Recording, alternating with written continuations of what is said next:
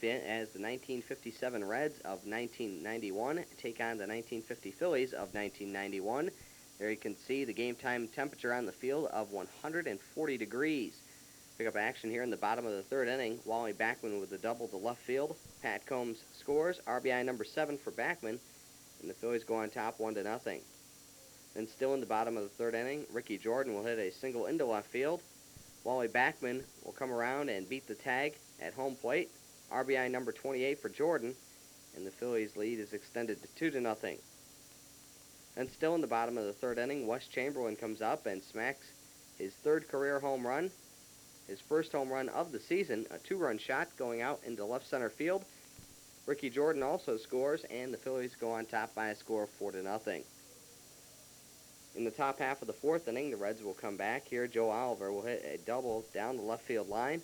Chris Jones will score, RBI number 2 for Oliver, and the Phillies' lead is cut to 4-1. People in Philadelphia wishing everyone a happy Father's Day as we move on now to the top of the fifth inning. As you can see, Roger McDowell with the old-time look in the dugout. And in the top of the fifth inning, on one swing of the bat by Glenn Braggs, this game will be tied up. Braggs with a 3-run home run going out in a hurry over the fence in left field. Home run number 6 for Braggs as Duncan and Larkin both score, and the game is tied up at 4 apiece. Then the top of the sixth inning, Barry Larkin comes up and belts a solo home run to left center field.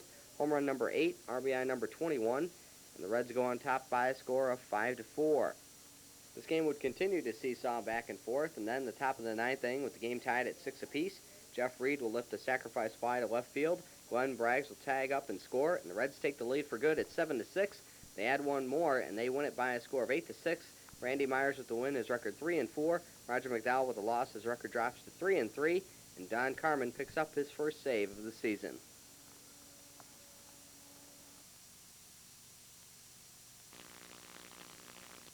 Father's Day in Montreal on Sunday as the Expos host the Atlanta Braves. Top of the first, Ron Gant would get the Braves off to a quick start as he would double. This would score Otis Nixon from third base. Nixon had singled and then stole both second and third, and the Braves take a 1-0 lead. They'd add another run to make it 2-0. Oil Can Boyd taking the day off, charting some pitches, and in the top of the third, he would see Nixon steal second and third again. This time Nixon would again score, and the Braves would take a 3-0 lead. In the top of the fourth, with the score 3-1 Atlanta, pitcher Charlie Leibrandt would triple into the left center field gap. This would score Rafael Belliard, and the Braves take a 4-1 lead in the top of the fourth. Unfortunately for Leibrandt, he couldn't stay around long enough to get the benefit of his hitting, as he would be knocked out of the box. And then in the bottom of the fifth, with the score 4-2, Belliard makes the diving play, but first baseman Brian Hunter drops the throw for an error. This on a ground ball by Tim Wallach. Both Delano DeShields and Ivan Calderon scored to tie it at 4. In the top of the sixth, Sid Bream would re-break the tie as he hits a solo home run, his 9th of the year. This comes off reliever Bill Sampson. Bream now 33 RBI, and the Braves a 5-4 lead. But in the bottom of the sixth, after Montreal ties it at 5, Delano DeShields with his 2-run double that Lonnie Smith nearly catches but cannot hold on to. And Junior Noboa and Marquise Grissom score 7-5 Montreal. The Braves add a run, and it's 7-6 in the top of the ninth after Nixon would single, his 3rd hit of the game. He would steal second base, his 5th steal of the day to tie the modern National League record, and then Nixon would proceed to steal third base uncontested. This is 6th steal. It sets the National League record, the modern National League record, and ties Eddie Collins' Major League record set back in 1912. However, he would be stranded at third base as Ron Gant is struck out by Barry Jones, who picks up his 4th save. Montreal wins by the final of 7-6. And aside from the 3 stolen bases shown in the game package, here are Nixon's other 3 stolen bases. The first comes in the top of the first. Chris Nabholz on the mound, and Nixon, after singling to lead off the game, would steal second. He would proceed to steal third with Lonnie Smith at the plate, this time drawing no throw as he steals third base. And then in the top of the third, Nixon again would single, and here he'd steal second. He'd later steal third base and score. Otis Nixon 6 for 6 in steals, all of them incidentally against catcher Mike Fitzgerald of the Expos. As the dome is open, as the Toronto Blue Jays and the Baltimore Orioles wrap up their weekend series. Pick up action here in the bottom of the first inning with the Blue Jays already up 1-0. Joe Carter sends one deep to left center field. It falls for a double. Kelly Gruber scores, and the Blue Jays go on top by a score of 2-0.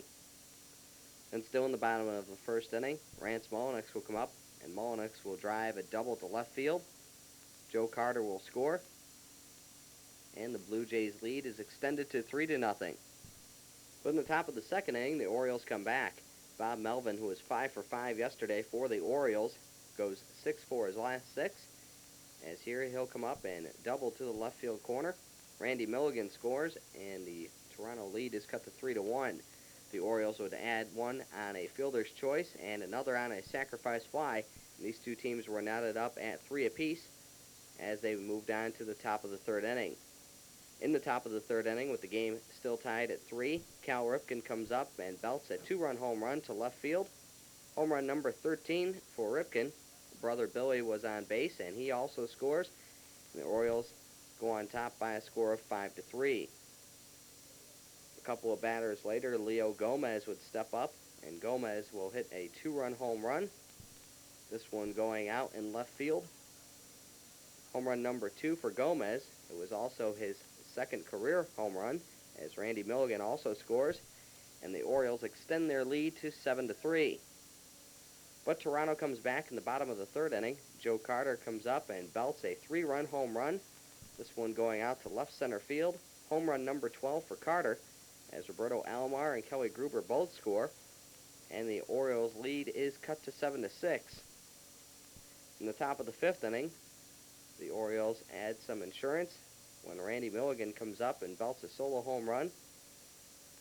This one going out in left center field. Home run number 6 for Milligan, and the Orioles lead is extended to 8-6. The big blast, though, will come in the top of the seventh inning with the Orioles up 9-8. Joe Orsulak belts a grand slam home run to right field. Home run number 3 for Orsulak, as Cal Ripken, Randy Milligan, and Leo Gomez all score. And the Orioles take a 13-8 lead. That would be the final score as Todd Froworth gets the win, his record 1-0. Dwayne Ward with the loss, his record drops to 0-3. For the land of the free and the home of the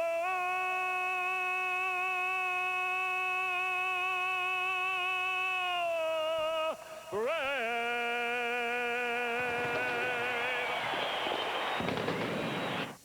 Rocco Scotti with the national anthem in Cleveland on Sunday. Kevin Tapani and the Twins in town. The Twins winners of 14 straight coming in, and they get some good defense here in the bottom of the second as Al Newman goes into the hole to throw out Jeff Manto.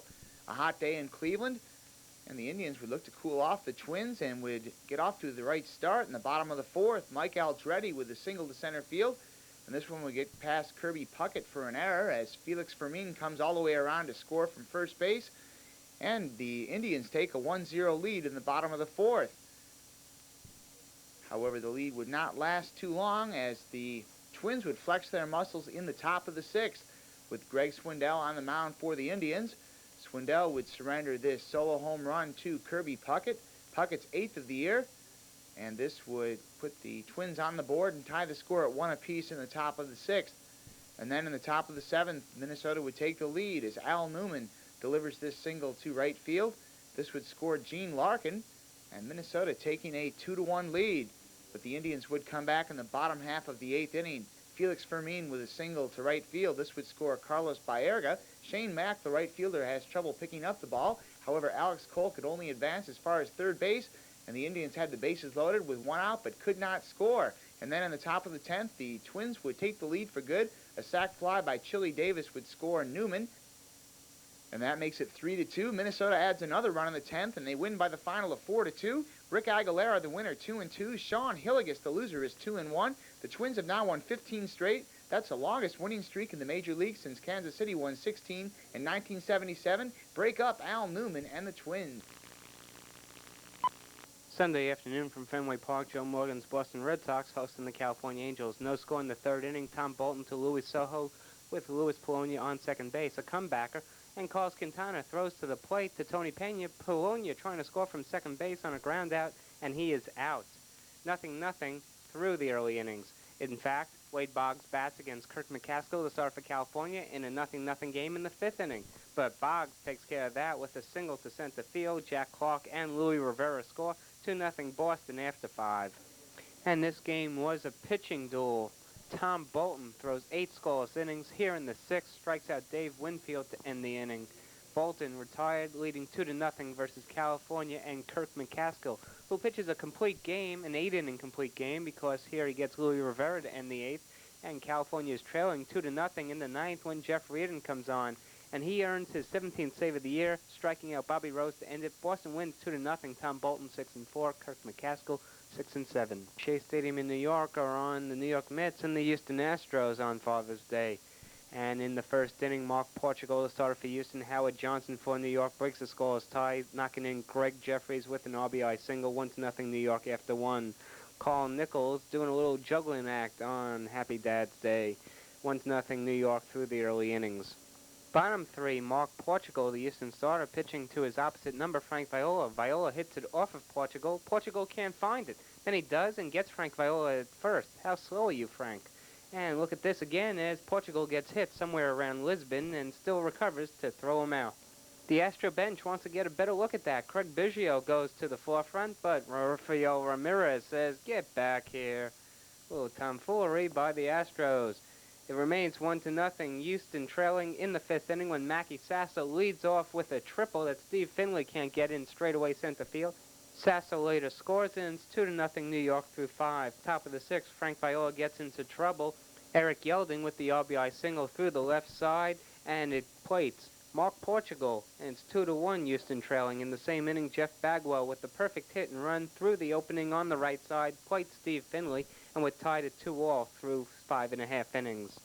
Bottom 6, Mackey Sasser at the plate. He delivers a single to right field that plates Greg Jeffries. New York takes a 3-2 lead. But in the top of the 7th inning, Houston scores 3 times on dribs and drabs with the score 4-3 Houston. Art Howe watches his player, Jeff Bagwell, at the plate hit a ground ball to second base, but Greg Jeffries bobbles it for an error. Carl Nichols scores to make it 5-3 Houston. The Mets score in the bottom of the inning, 5-4 Houston through 7. That's the final. Al Osuna strikes out Darrell Boston for his 5th save. John McMullen gets congrats as Mark Portugal goes to 6-2. Frank Viola 7-4.